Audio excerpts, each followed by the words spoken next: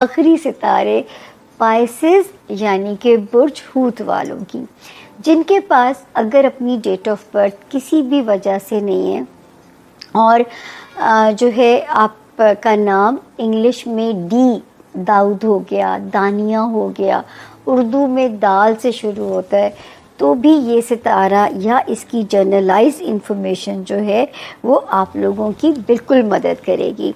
तो शुरू करते हैं, ये हफ्ता कैसा रहेगा। 16 नवंबर से हम इसे शुरू करेंगे और ख़त्म होगा 25 नवंबर पे। एक तो वैसे इतना मुश्किल और तारीखें भी इतनी लेंथी।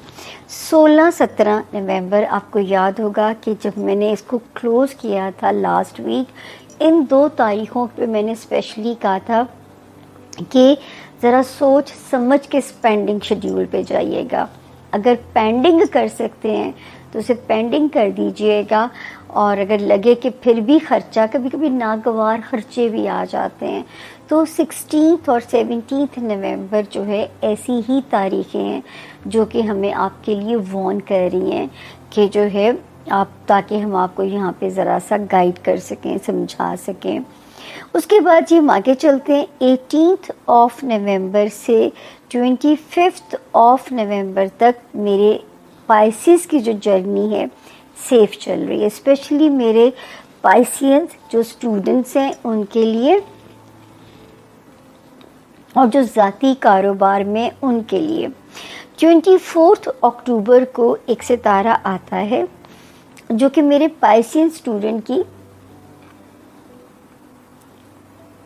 जो मेरे गले में एकदम खुश्क होने लग पड़ा, जो मेरे पाइसियन स्टूडेंट की जो है वो ज़रा हिफाजत करता है, उनके लिए गुड लक करता है, उनके लिए पढ़ने में आसानी पैदा करता है। इसी तरह आपके पेपर वर्क के मामलात हैं, आपका कोई सरकारी दफ्तर में फ़ाइल स्टकअप है, वीज़ा रिलेटेड इश्यूज़ हैं, ओवरसीज़ ट्रैवलिंग है, या कोई भी ऐसा मामला जिसमें पेपर वर्क इन्वॉल्व है, तो ये सितारा जो 24 अक्टूबर से आया था, अल्लाह करे कि इसने आपके मामलात ज़िंदगी को पाइसेस आसान किया हो। अभी इस महीने 22 नवंबर को ये यहाँ से एग्ज़िट कर जाएगा। उसके बाद जो मैं आपके करियर हाउस के सितारों को पढ़ती हूँ, तो पाइसेस एक सितारा वहाँ पे आता है 30 अक्टूबर को, जो कि पॉजिटिवली आपके बिज़नेस से रिलेटेड मामलात को एक उसमें जान डालता है। दूसरा पीछे पीछे आता है 5 नवंबर को। इसकी भी पोजीशन ऐसी थी कि ये आपके इन मामलात को ज़रा स्पीड अप कर सकता था, हमारे वो पाइसेस जो ज़ाती कारोबार में। लेकिन होता क्या है कि जो 30 अक्टूबर को आया है उसको पता नहीं क्या चुल होती है कि वो 9 या 10 नवंबर से उल्टा चलना शुरू कर देता है, जिसको मैंने पिछले हफ्ते आपको बताया था कि 10 नवंबर से लेके जो है 10 नवंबर से लेके 11 जो है 19 नवंबर तक आपने अपने कारोबारी मामलात में आप कोई गलती अफोर्ड नहीं कर सकते। सपोजिंगली कोई कॉन्ट्रैक्ट साइन करना पड़ता है, सोच समझ के कीजिए, किसी के हनी ट्रैप में ना आइए, किसी से कोई गलत फहमी ना पैदा हो, या कोई आपको किसी उसमें चुंगल में ना फंसा ले। तो ये 10 दिन आपके कारोबार में बहुत ज़्यादा इम्पॉर्टेंट थे। उसके बाद क्या करेगा ये सितारा, ये फिर उल्टी छाल मारेगा और ये वापस उस हाउस में उल्टा चलता हुआ आ जाएगा, और ये डेट होगी 19 नवंबर। 19 नवंबर से लेके 29 नवंबर तक जो आप लोगों ने फिर इस एरिया को लिख लेना है। इसमें पाइसेस क्या एहतियात करनी है? सबसे पहली एहतियात है, मेरी पाइसियन जो स्टूडेंट्स हैं, ये आपका दिमाग दाएं बाएं भटकाएगा, आपका दिल पढ़ने को नहीं चाहेगा, डाइवर्जन करेगा, तहरीरी गलतियां करवा सकता है। तो पेपर जो भी सबमिट करें, चाहे वो मेरे स्टूडेंट्स का है, चाहे कोई एप्लीकेशन जो है फॉर्म है, चाहे कोई वीज़ा फॉर्म है, चाहे कोई सरकारी दफ्तर है, पेपर वर्क की गलती इस वक्त आप अफोर्ड नहीं कर सकेंगे, क्योंकि ये कोई फेलियर या रिजेक्शन या कहीं फंसा ना दे पेपर वर्क के मामले में। और बहुत अपनी चीज़ों को ब्लैक एंड वाइट आपने रखना है, अपनी चीज़ों को बिल्कुल उसमें कोई ग्रे एरिया नहीं होना चाहिए, बिल्कुल आपने ब्लैक एंड वाइट रखना है। क्यों? ताकि ये इन मामलात में आपको कहीं पे स्टक अप ना करा के जा सके। तो ये आपने बहुत ज़्यादा केयरफुल रहना है। और एक एरिया है जो कि है 10 नवंबर से 19 नवंबर, वो कारोबारी मोहतात।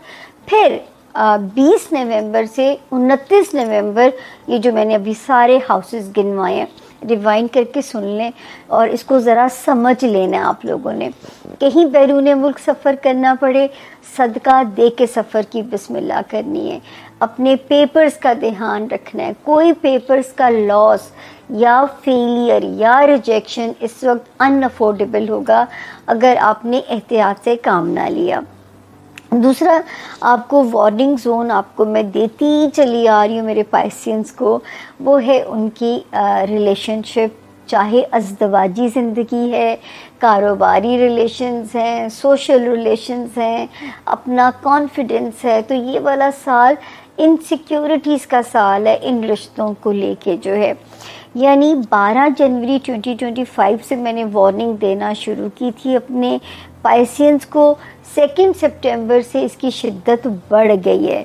तो ये वाला साल तो एक मैं कहूँगी रिलेशनशिप में अगर आपने बचा लिए हैं तो ये सारा क्रेडिट आप लोगों को जाता है अगर आपने अपने रिलेशनशिप्स को बचाने में कामयाब हो गए हैं तो ये सारा क्रेडिट इस वक्त जो है वो आप लोगों को जाता है कि आपकी अल्लाह ने बचत फरमा दी है।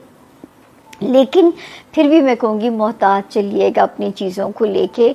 अगर तो खुलासे रिश्ते तोड़ने हैं तो इससे आइडियल टाइम आप लोगों को नहीं मिल सकता, और अगर तोड़ चढ़ाने हैं तो फिर उतनी ही सरतोड़ कोशिश मेरे पाइसेस अभी आपको करनी पड़ेगी।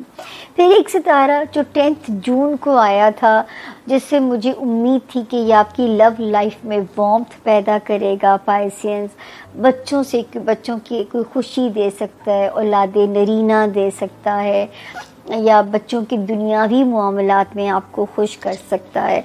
मगर ये जो नवंबर आया और बाकी सितारों की देखा देखी, इस सितारे ने भी जो है ना उल्टा चलना शुरू कर दिया है। ये भी रुस के उल्टा चल रहा है। तो ये करेगा कुछ भी नहीं, यहाँ पे आप सेफ़ हैं। थोड़ी बहुत इनसिक्योरिटी तंग कर सकती है लव लाइफ में, या अपने बच्चों से रिलेटेड जो मामलात हैं, या कोई मामलात आपको स्लो लग सकते हैं। लेकिन ना कोई ब्रेकअप का ख़तरा है लव लाइफ में, ना ही बच्चों की तरफ से खुदा ना खास्ता किसी इम्तिहान या आजमाइश का ख़तरा है। तो यहाँ पे आप अपने आप को किसी उसमें ना डालिएगा। सिर्फ मुझे रेट्रोगेशन का बताना मेरा फ़र्ज़ है कि अगर कोई मामलात ज़िंदगी आपको एहतियात तलब लगें तो एहतियात लाज़िम है, ये आपने ज़रा सा ख्याल रखना है। ये था जी इस हफ्ते के सितारों की सूरत। ट्रांजिट नहीं है, लेकिन मून चूंकि अपना घर शिफ्ट करता रहता है, 2.25 दिन रहता है। इसके बारे में एक डिटेल मैंने शुरू में भी बताई है, एक अनाउंसमेंट भी की है। वीडियो को शुरू से ज़रूर देखना है। आप लोगों के लिए कुछ ऐसी पर्टिकुलर डेट्स हैं जब moon into Scorpio 9th house बनता है। वहाँ पे ऑलरेडी बहुत प्लैनेट्स हैं। इस हफ्ते में ना प्लैनेट्स का एक झुरमट सा बैठा है वहाँ पे, which is going to give you lot of favour. मगर आप इसको मैं एंग्जाइटी नहीं कहूँगी, सोच ऐसी आएगी विच इज़ रिलेटेड टू, या आप इमोशनल फील करेंगे रिलेटेड टू योर फादर या फादरली फिगर्स, या जो आपके गुरु टीचर्स जिनसे भी आप हमेशा मुस्तफ़ीद होते रहे हैं। इमोशनल फील करेंगे, या इस तरह की भी चीज़ें होती हैं कि जो हमें बहुत कुछ दे रहे होते हैं ना, अब ज्ञान को, नॉलेज को, जो भी हमें दे रहे होते, कभी कभी हमारा उनसे ऐਵੇਂ खामखा का इख्तलाफ हो जाता है, बिला किसी वजह का भी हो जाता है। हम उनके अगेंस्ट सोचना शुरू हो जाते हैं। जिस सोच को यहाँ पे आपको थोड़ा सा ठहराव में लेकर आना है। There is nothing against like this, चीज़ें फेवरेबल ही हैं। ये सिर्फ कुछ दिनों की बात होती है, इमोशनल मत होइएगा। यस, अलबत्ता यहाँ पे आपको एक्स्ट्रा फेवर्स बिल्कुल आ रही हैं, फाइनेंसिस में आ रही हैं, और इसको हम इनहेरिटेंस भी कह सकते हैं, फेवर्स फ्रॉम एनीवन कह सकते हैं, even favours from father, Guru, teacher, anyone. यहाँ पे आपको फेवर्स बिल्कुल मिलेंगे। It could be financial and emotional, जहाँ पे भी आप लो फील करते हैं, कोई प्रॉब्लम है, चीज़ें हैं, वहाँ पे आपको अच्छी खासी फेवर्स मिल सकती हैं। यहाँ तक कि अगर आप कुछ नया पढ़ना चाह रहे हैं, कोई नॉलेज लेना चाह रहे हैं, किसी चीज़ को स्टार्ट करना चाह रहे हैं, आप स्टूडेंट हैं, और स्टूडेंट बाय द वे किसी भी एज का होता है, तो वहाँ पे आपके लिए कुछ नए मामलात आ सकते हैं। नाउ लेट्स सी कार्ड्स के हवाले से आपकी एनर्जीज क्या कह रही हैं। जिस भी शख्स के बारे में आप सोचते हैं, जिस भी सिचुएशन के बारे में आप सोच रहे होते हैं, कार्ड्स की एनर्जीज बिल्कुल उससे रेजोनेट करती हैं। लेट्स सी कार्ड्स आपके बारे में क्या मैसेज देते हैं। ओके, वाह, वेरी नाइस। चलिए जी, क्या है, आप किसी सेलिब्रेशन में मुझे नज़र आते हैं और you doing a lot of work nowadays. काफ़ी काम में आप हैं या काम को अपने रिकवर कर रहे हैं। कुछ चीज़ें जो कि गड़बड़ हुई हुई थी या किसी चीज़ में कन्फ्यूजन थी, और कन्फ्यूजन आपकी शायद किसी शख्स के साथ भी थी, बट कन्फ्यूजन यहाँ पे तो ऐसी क्लियर हो रही हैं। आपको उसमें कोई रोशनी मिली है, कोई बेहतरी आई है, कोई ऐसी कन्वर्सेशन नज़र आती है जिसने आपको थोड़ा सा बेहतर किया है, या यूँ कह लीजिए कि जिसने आपको थोड़ा सा कोई नॉलेज दी है किसी चीज़ के बारे में। फॉरगिवनेस अपने अंदर थोड़ी सी रखिए, और स्पेशली क्या है, आपके फादर, फोरफादर्स, फैमिली है कोई आपकी, उससे रिलेटेड, और आप उलझे हुए हैं किसी चीज़ में। अपनी उलझन जो है ना, बेसिकली शायद आपको लोग बातों में उलझा रहे हैं। So don't listen to others. लोगों की बातें सुनना छोड़ दीजिए। आपकी ज़िंदगी में जो उलझाव आया हुआ है, वो एक मेन रीज़न ये है, you are very much intuitive, और आपको किसी चीज़ की नॉलेज मिली है, कुछ नए साइंस मिले हैं, कुछ नई चीज़ें मिली हैं। आपकी थोड़ी सी टोन वगैरह चेंज हुई है, उसको थोड़ा सा आपको फिक्स करना है, बेहतर करना है। कोई नया काम करना चाह रहे हैं, उसमें रिस्क है, but yes you can take a risk. Communication अपनी बेहतर कीजिए, और इस वक्त आपके अंदर बहुत बहादुरी आई हुई है, which is absolutely great. Now let's see आपके मून कार्ड, मून मैसेज क्या कहता है। अपने कंफर्ट जोन से थोड़ा सा बाहर आइए, step out of your comfort zone. Now let's see आपके लव कार्ड्स, लव मैसेज क्या कह रहे हैं।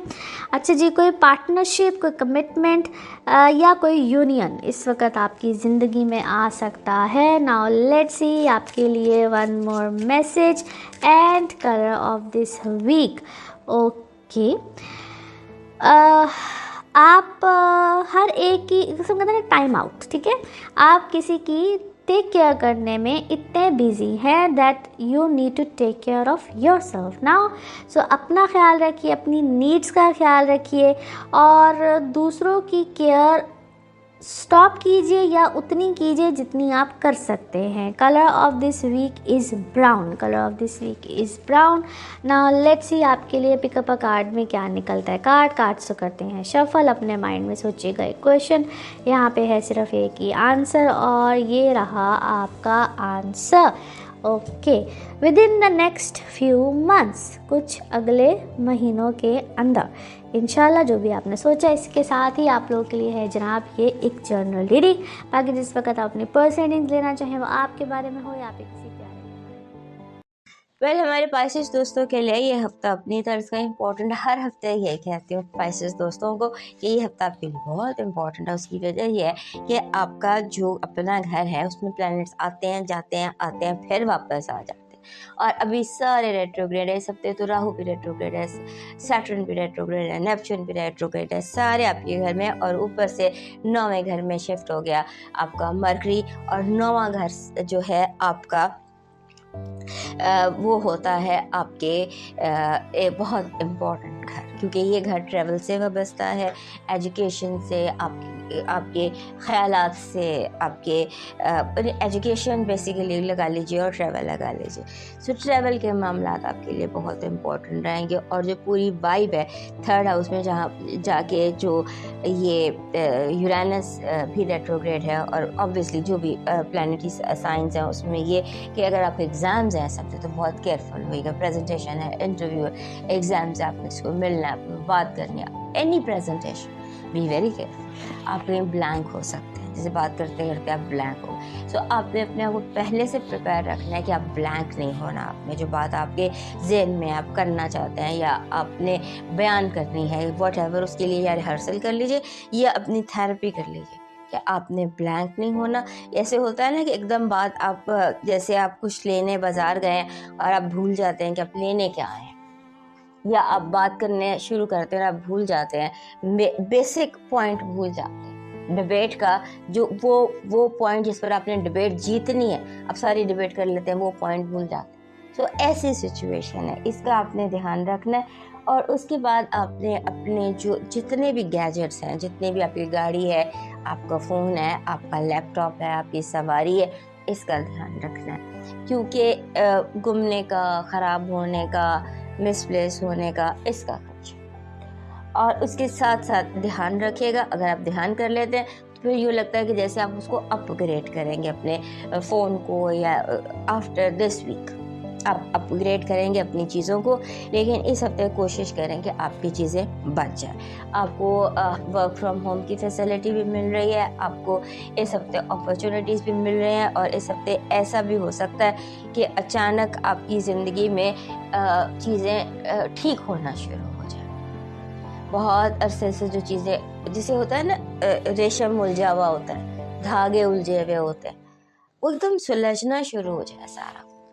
वो चीज़ जो आपको लगता था कभी सुलझ ही नहीं सकती, कभी ठीक ही नहीं हो सकती, वो अचानक ठीक होना शुरू। That kind of a situation जो आपके लिए काफ़ी फ़ायदेमंद भी। उसके बाद रोमांस की वाइब बहुत स्ट्रॉन्ग है। You might find that person और फ्रेंड, एक होता है ना सोलमेट, ट्विन फ्लेम, या यू से कि ये मुझे मेरा ट्राइब मिल गया, मेरे कबीले के लोग मुझे मिल गए, उस तरह की एक सिचुएशन है इस हफ्ते। और उसके साथ साथ ये भी है कि आपको लोग तंग बहुत कर सकते हैं बिला वजह। जैसे लोगों का मूड होता है कि आज इसको तंग कर, काम का झूठी बात करते हैं ना, कोई झूठा इल्ज़ाम लगा देना, कुछ भी झूठ बोल के तंग करने के लिए। सो इस तरह का ये हफ्ता है। सो अपने दिमाग को अपने प्रेजेंट रखना, बाकी सारी चीज़ें खुद ब खुद ठीक हो जाएंगी। आपकी पॉजिटिव एनर्जी इस हफ्ते की कह रही है आप इस्टेब्लिश हो जाएंगे, जहाँ और जैसे आप इस्टेब्लिश होना चाहते हैं वहाँ और वैसे आप इस्टेब्लिश हो जाएंगे। आपकी नेगेटिव एनर्जी कह रही है ज़रूरत से ज़्यादा मुकाबलेबाजी, सो मच सो कि आपके अपने दोस्त, आपके बेस्ट फ्रेंड्स आपके सामने मुकाबले पर आ जाएंगे। और ये मुकाबलेबाजी लव वाइब में भी दिखाई देती है। लव वाइब हालांकि बहुत पॉजिटिव है, लेकिन उसके साथ साथ कंपटीशन बहुत ज़्यादा है, इसका भी ध्यान रखने की ज़रूरत है। नया चांद तल्लू हो रहा है आपके 9वें घर स्कॉर्पियो में, वहाँ से बैठकर वो मैसेज दे रहा है कि ये वाला चांद का महीना है, इसमें आपके लिए प्रॉस्पेरिटी है, दौलत है और मुआशी इस्तेहकाम है। आपका जो लकी नंबर है इस हफ्ते का वो बन रहा है 66, 66, और 66 जो होता है ये हीलिंग का और लव का नंबर है। आपका जो इस हफ्ते का लकी चार्म बन रहा है वो बन रहा है अनानास, इमेज ऑफ एंड अनानास।